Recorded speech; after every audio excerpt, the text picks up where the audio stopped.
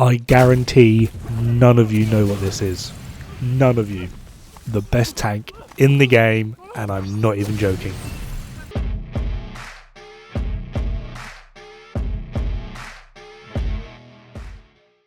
So, I'm working up to do my top tier sort of tank video, and it's becoming a little bit more complicated than I originally realised, along with waiting for Cavalier to come out, which is going to throw a whole nother spanner in the works.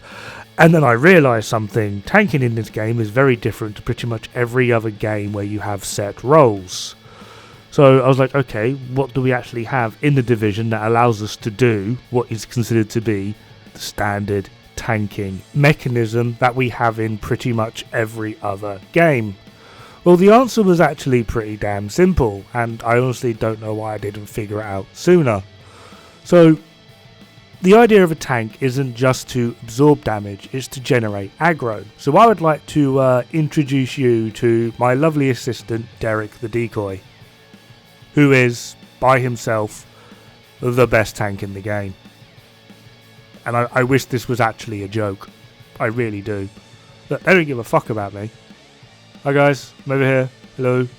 No? Okay, what if I cook you? Yeah, no problem. Yeah, just... yeah.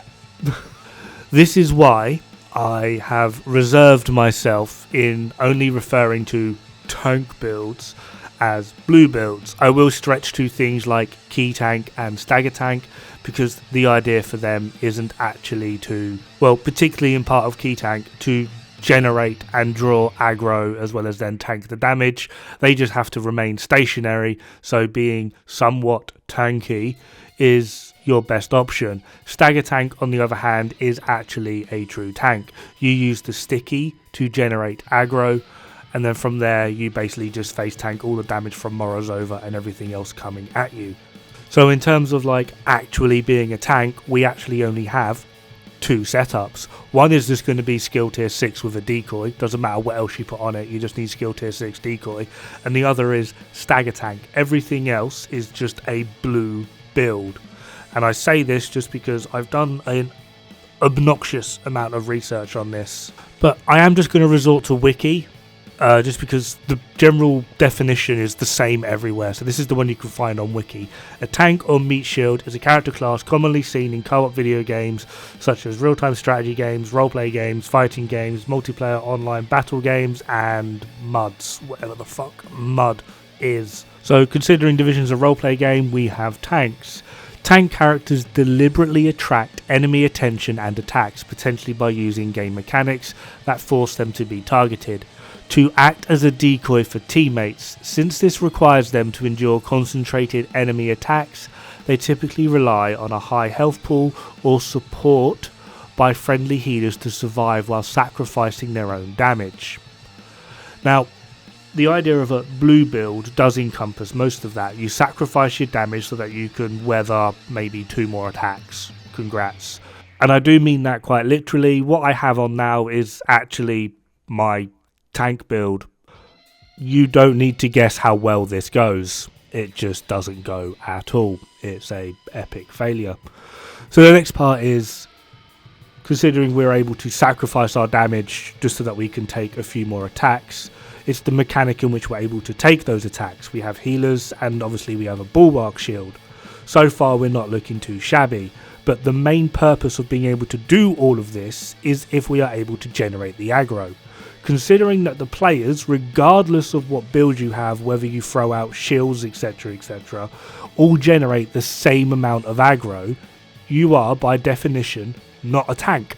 In order to be a tank, you need to be able to generate that aggro, and the only things we actually have in the game that generate that damn aggro is, one, if there's an inbuilt mechanic into the enemy AI, like Morozova on Iron Horse, or two, the bloody decoy. So if you want an actual tank build, yeah, you might want to start whacking out your decoys. Furthermore, it's considered that there are 4 factors that contribute to a tank's survivability. Number 1 is a large amount of health for absorbing damage. I mean, technically, yeah, we can do that. So we have 1. The next one is damage mitigation, often accomplished through an armor or defense mechanic. As it stands right now, we don't. I know someone's going to go PFE, but PFE only applies to elites and named elites. This isn't a direct damage mitigation, because if it's a direct damage mitigation, it would encompass literally everything. Admittedly, yes, Cavalier is coming out, but until Cavalier comes out, this is a no-no. The ability to avoid attacks altogether. I mean, unless you get really lucky with some unforeseen bug, yeah, that's not happening, like, at all. So, yeah, definitely a no-no. So far, we're at like 1 out of 3, maybe 2 when Cavalier comes out. And then the fourth one is the ability to attract enemy attention and attacks. Yeah, we have actual no direct way of doing this thus far. The only way in which we're able to do this is, like I said, with Morozova in Boss 4 Iron Horse, or the decoy. So, I mean, I'm aware I'm probably just being really pedantic and I'm just splitting hairs, but technically we have no such thing as a tank build in this game, minus the decoy. As well as the decoy also gets like 4 million health, which is pretty nutty. And then obviously accounting for the fact that enemies have their own accuracy rating as well. Don't get me wrong, it's turned up to like 99 all of the friggin' time. But due to the fact that in order to destroy the decoy, they've got to hit a very small space, their overall damage mitigation, or to avoid attacks altogether, is actually pretty damn high. So they generate aggro by attracting enemy attention as well as attacks. They've got like 4 million health at skill tier 6, so they have a very, very high health pool. Due to the fact that in order to destroy the decoy, you've got to hit a very small area, which you can take into account of damage mitigation, but that might be loose, granted. However, they do also have a way of completely avoiding enemy attacks. So yeah, they basically cover near enough all of the points. Admittedly, one of them loosely, but they do cover all of the points on how to be a tank, and what is generally considered to be a tank in the gaming world. So yeah, anyway, splitting hairs over. I am going to need a little bit of extra help when it comes to the tank builds. When it comes up, I will be making like a community post for it, so if you're interested in helping me out, do keep an eye on it. Now, I will be reiterating it at the time, but what I would like people to do when I ask for people's suggestions and help with tank builds, you don't need to explain to me how the tank build works or the exact scenario in which it works best in, because tank builds are generally very bloody simple. So if I can't figure out how you're meant to utilize your specific tank build, either I am a bit of an idiot or you're going way too niche. I'm aware this seems like a bit of like a shit throwing contest, but yeah, if I can't figure out how to utilize your tank build, there's something potentially very wrong. Anyway, me being a dick over.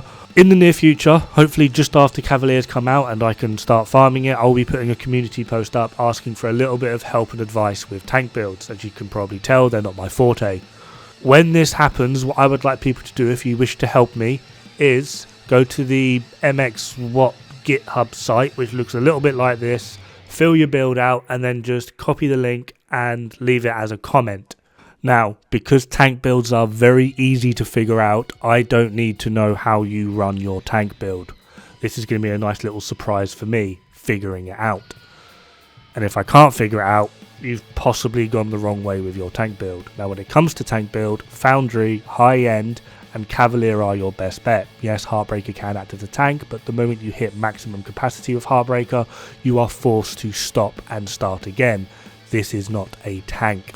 Also, try not to get caught up on my tank is best, bloody bloody blah. The difference between a high-end or even an improvised tank and what would consider to be the more optimal, which would be Foundry, is like 4, maybe 5%. Anyway, have fun, good luck, don't die. It's bad for them.